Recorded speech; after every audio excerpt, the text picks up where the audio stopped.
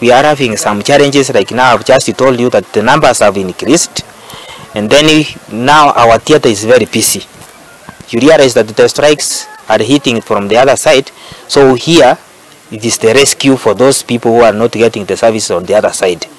At the same time, the government now has not been providing well equipping the hospital well with the NHIF funds.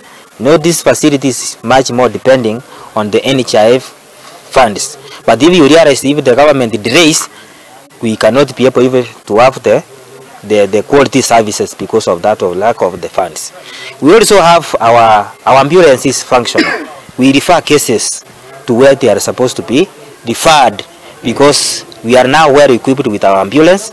The cases are being referred in time, and then the patients receive quality services because they are reaching to where they are supposed to reach at the same time. All diseases from the surgical, medical cases are well handled in this facility. We have well qualified staffs, all downwards up to the nurse aides. We all provide all the services that as they are being required, including the surgical cases which are taking place in theatre. We usually do all the operations, starting from the minor surgeries to major surgeries. We also provide services to maternity. That is from those people who are giving birth normally, and those who are undergoing through surgery, that is cesarean section.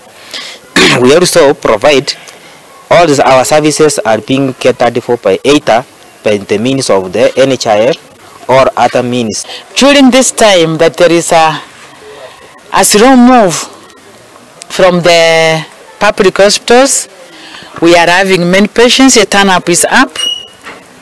They are coming of all Okada, and we are giving them services because we are well equipped.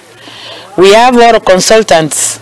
We have orthopedic, we have general surgery, we have gynecologists, we have dental, and the rest. All cut of staff, we have them.